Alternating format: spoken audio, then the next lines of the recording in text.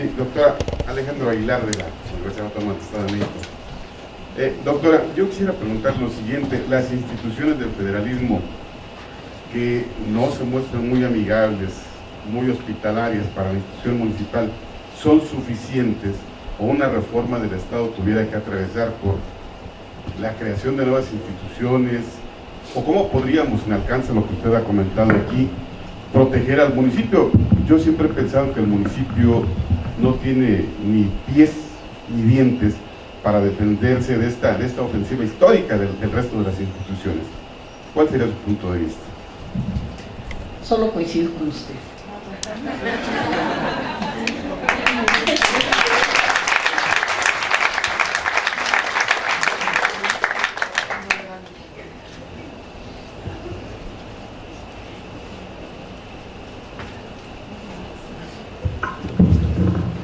El doctor Merino nos hace una pregunta para la doctora. Aprecio mucho. Gracias, Mauricio Merino. Doctora Rendón, qué gusto de saludar. Coincido, como sabes, desde hace muchos años con tu punto de vista y lo he seguido a lo largo de todos estos mismos años. Sin embargo, me gustaría hacerte una reflexión y luego una pregunta. Es verdad que los municipios han venido decayendo, uso este verbo deliberadamente, después de un esfuerzo de reconstruir su autoridad original que se fue agotando hacia el final del siglo pasado. Pero también es verdad que nuestros municipios han sido capturados por una triple vía: la vía de los partidos políticos, la vía del crimen organizado y la vía de los poderes fácticos. Estos tres instrumentos, estas tres vías, han hecho prácticamente imposible que nuestros viejos, pero aún vigentes, ideales municipales se mantengan firmes, porque la captura de los puestos públicos, la captura de los presupuestos públicos y de las decisiones públicas es cada vez más inminente. Sostener la autoridad del municipio no equivale, en mi opinión, a sostener la autoridad de los ciudadanos frente al municipio en el que habitan, frente a las autoridades que se hacen cargo, que toman el cargo y se hacen responsables de sus actos. ¿Cómo devolverle, Teresita, no a las autoridades municipales en tanto tales, sino a los ciudadanos que habitan los municipios y de paso a quienes habitamos en la Ciudad de México, la verdadera autoridad para controlar el ejercicio democrático de los poderes públicos? Agradezco mucho al doctor Mauricio Merino, que es una persona a quien quiero mucho y a quien admiro mucho. El doctor Mauricio Merino ha escrito importantes e inteligentes reflexiones en torno a este asunto y, como ustedes saben, es un brillante columnista. En primer lugar, creo que existen dos mundos, uno el de los hechos y otro el del derecho. En el caso concreto me he colocado en la perspectiva jurídica. En el caso que planteas, yo creo que la única vía es la educación. Creo que el futuro de México, el futuro de los municipios, el futuro de los ciudadanos, de los gobiernos locales con ellos, no es otro más que el de la educación. Un ciudadano educado, un ciudadano que sabe demandar los servicios públicos de manera racional, responsable, consciente, respetuosa, pues también exigirá administraciones públicas eficientes. Yo veo, por ejemplo, el gobierno local en otros países y estoy consciente de ello. Estamos viviendo, yo creo que un momento difícil en México por esos tres factores que comentas de manera muy puntual, los poderes fácticos evidentemente, pero yo aludes también a la parte de los partidos políticos, que me parece también otro agente que ha contaminado todo este ámbito de gobierno, y aludes al crimen organizado, efectivamente, pero los municipios no han creado eso, ¿sí? O sea, se han infiltrado, porque es el gobierno más cercano, pero eso ellos no lo han creado. Vemos en Alemania, por ejemplo, más del 80% de la vida de la administración está en el gobierno local. En España, pues también tenemos en España 8,000 municipios, ¿no? Entonces, si vemos las grandes naciones en el mundo, la vida de la administración y del ciudadano se concentra a nivel local. Sin embargo, pues aquí como si la solución a toda esa problemática fuera volver hacia el centralismo, ¿no? Yo le he puesto aquella frase de Alexis de Tocqueville que decía: el municipio es a la democracia lo que la escuela primaria es a la ciencia. Y creo que si tenemos gobiernos y ciudadanos libres por la educación, libres por su civismo, por el respeto a sus instituciones, estaremos caminando hacia un país verdaderamente democrático. Muchas gracias.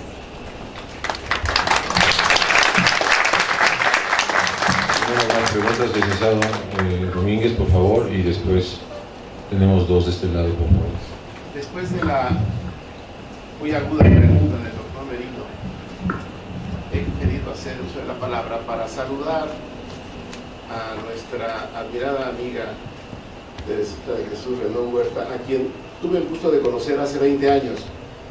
Me llamó a Chilpancingo para pedirme que fuera al otro día para acompañarla a hablar con el gobernador del estado. Naturalmente acepté, porque se trataba de la determinación del gobernador Vicente Fox Quesada de desaparecer al Tribunal de lo Contencioso Administrativo de Guanajuato. Entonces yo le pedí permiso al Congreso del Estado para poder ausentarme un día. Le tuve que pedir permiso al gobernador, aunque gozaba yo de autonomía en la Constitución, porque el gobierno panista pretendía hacer lo que en Guerrero llamamos una alcaldada. El gobernador me dijo: ve, no te preocupes, el señor vende Coca-Colas.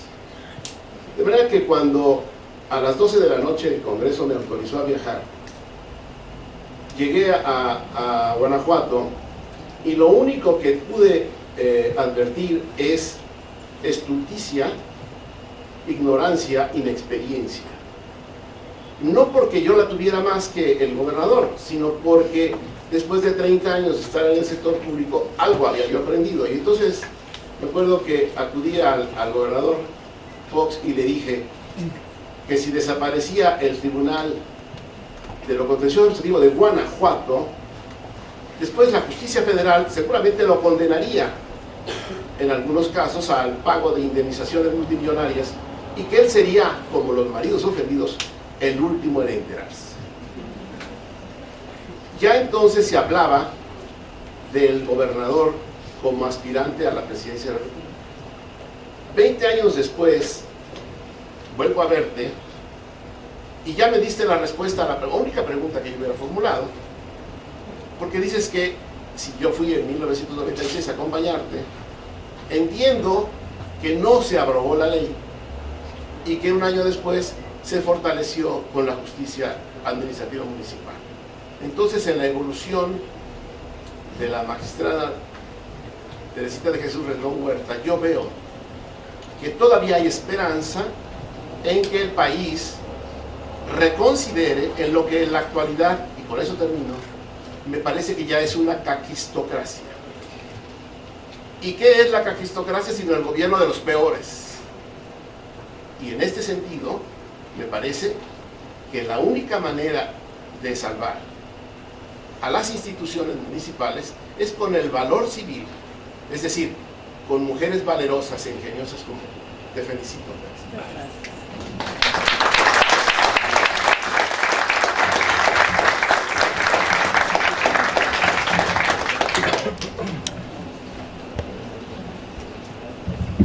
Por favor, Muchas gracias. licenciado, si se puede presentar. Sí, claro que sí. Bueno, Sí, se escucha. bueno, me pongo de pie. Buenos días, mi nombre es José Manuel Ibarra, vengo de la Universidad West Hill. Me gustaría hacerle dos preguntas, doctora, felicitarla, primero que nada, por su ponencia. Quiero hacer dos preguntas, la primera va a llevar quizá una breve contextualización, para que me gustaría saber mucho su opinión. Yo pienso que después de la Revolución Mexicana, los municipios fueron afectados significativamente. Ya en el movimiento constituyente de Carranza, ya cuando teníamos el Plan de Guadalupe, sabemos todos que muchos gobiernos locales fueron desconocidos por este movimiento carrancista porque apoyaban el régimen huertista que ya había golpeado meses antes de la firma del Plan de Guadalupe. Evidentemente, conforme fue avanzando este movimiento constituyente, ya que se instala en Querétaro y comienzan nuestros constituyentes de hace 100 años a redactar lo que hoy es nuestra Constitución Federal, el municipio fue, evidentemente, voy a llamarlo de esta forma, tutelado por las nuevas formas federales que se iban a instaurar en esta Constitución y evidentemente por el desconocimiento de muchos gobiernos locales, mucha riqueza gubernamental, la voy a llamar así, le fue arrebatada. Entre estas contingencias que la historia nos dice, pues habían sucedido no solamente el desconocimiento del gobierno local, algunas pestes en algunas entidades de la República, muchos problemas en materia de salud fueron diluyendo, por así decirlo, los gobiernos locales y todo tuvo que darse a la federación, para que la federación se hiciera cargo de estos problemas.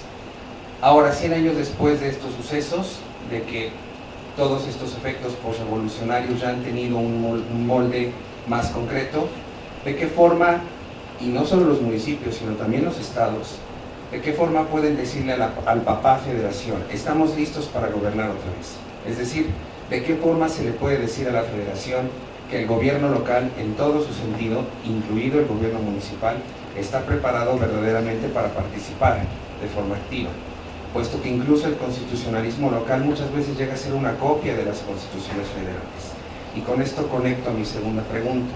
¿Usted considera que en el esfuerzo de elaborar la Constitución de la Ciudad de México se puede reivindicar esta parte con estos nuevos modelos que nos está proponiendo nuestro Congreso? Es decir, la Constitución de la Ciudad de México es una buena oportunidad para decir a la Federación que el gobierno local ha madurado. Muchas gracias. Muchas gracias, maestro, por ambas preguntas. En primer lugar, sí, bueno, comparto parcialmente esa visión que tiene a partir de la revolución, pero hay que recordar que también la reivindicó a los municipios de la revolución, porque acuérdese usted que la bandera era tierra, libertad y municipio libre, y que el decreto que consagró la libertad municipal fue firmado también en Veracruz. O sea, en Veracruz hay una intensa parte de la historia municipal. Pues el artículo 109 de la Constitución de 1857, después de la Revolución y ya recogido por el Constituyente, fue el que se convirtió en el artículo 115 constitucional, en donde se expresa la idea del municipio libre. Que ¿cuándo estará preparado para gobernar? Esa es la pregunta del millón. O sea, no creo que exista ninguna posibilidad de que un gobierno municipal diga ya estoy preparado para gobernar. Yo creo que esos más bien son procesos de orden cultural, de orden político, en el que cada gobierno, cada ayuntamiento, cada ciudadano tendrá que ir buscando esa respetabilidad al entorno municipal. Ahora, si es otra la forma que asume México en su forma de gobierno, pues cambiémosla y respetémosla, ¿no? O sea, yo con lo que siempre soy discordante, con lo que siempre estaré luchando, es que digo, bueno, pues si allí dice la Constitución, ¿no? Es por eso, por lo que peleo, ¿no? Que digo, esa es mi causa, ¿no? La causa del derecho, la causa de la democracia, la causa de la justicia. Por otra parte, en torno a la Constitución de la Ciudad de México, yo creo que sería importantísimo que se consideraran, se retomaran y se reivindicaran principios que van a fortalecer fundamentalmente la vida democrática. Gracias.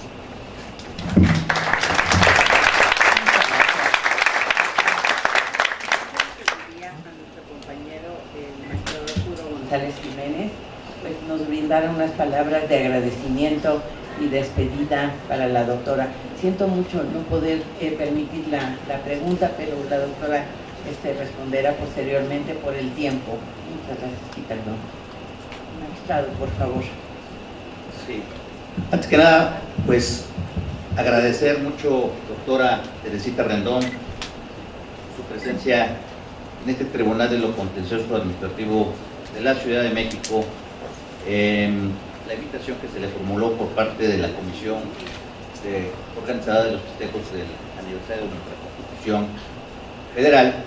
Y bueno, desde luego unirme, yo creo como todo el público, al gusto de poder escuchar su disertación respecto a lo que es un tema que ha sido soslayado, como ha sido soslayado en general en nuestra forma de Estado, no de gobierno, que es el sistema federal, la cuestión del municipio, que es la base de la organización territorial que trajeron los españoles y que en el puerto de Veracruz, en la heroica ciudad de Veracruz, se plantó el primer municipio, y después aquí en la Ciudad de México, hoy, en la antigua Coyoacán, donde Hernán Cortés tuvo el municipio, y que bueno, hoy en esta Ciudad de México, en el proyecto que está discutiéndose por el Congreso Constituyente, se retoma parte de las alcaldías, precisamente, son las demarcaciones territoriales, que eran las delegaciones, que fueron suprimidas en el año 24 por el presidente de la República, el general Álvaro Obregón, porque decía, bueno, después de la ciudad del presidente,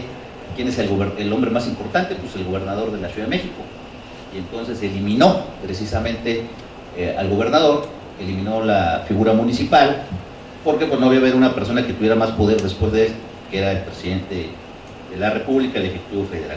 Y bueno, el tema que toca, muy importante, en relación con la justicia administrativa local, que ha sido soslayada, y que bueno, vemos como solamente 5 entidades federativas contemplan aspectos de justicia administrativa, sobre todo algo muy importante, que es el municipio es la base primigenia donde el ciudadano tiene contacto con sus autoridades, no es con las autoridades centrales como aquí sucede en la Ciudad de México, sino somos en este caso las delegaciones políticas, donde vemos los problemas que tienen que ver de bacheo, de alumbrado, de permisos, de concesiones.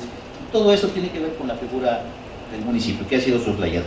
Yo nuevamente le reitero el agradecimiento de parte del tribunal.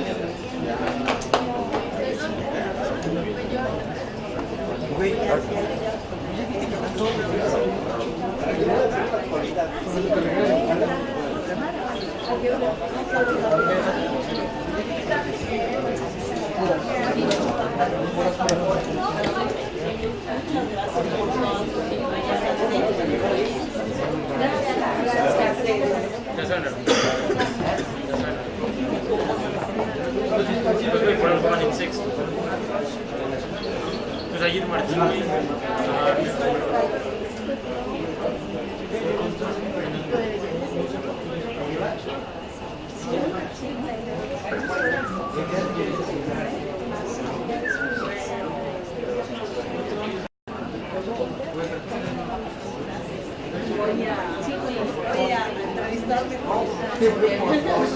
Muchas gracias, muchísimas gracias.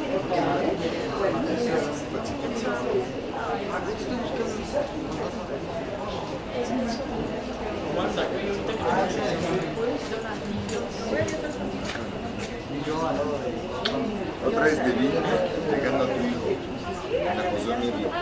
Mira, ahí te vi. Regresar al hotel. Con permiso, buenas tardes.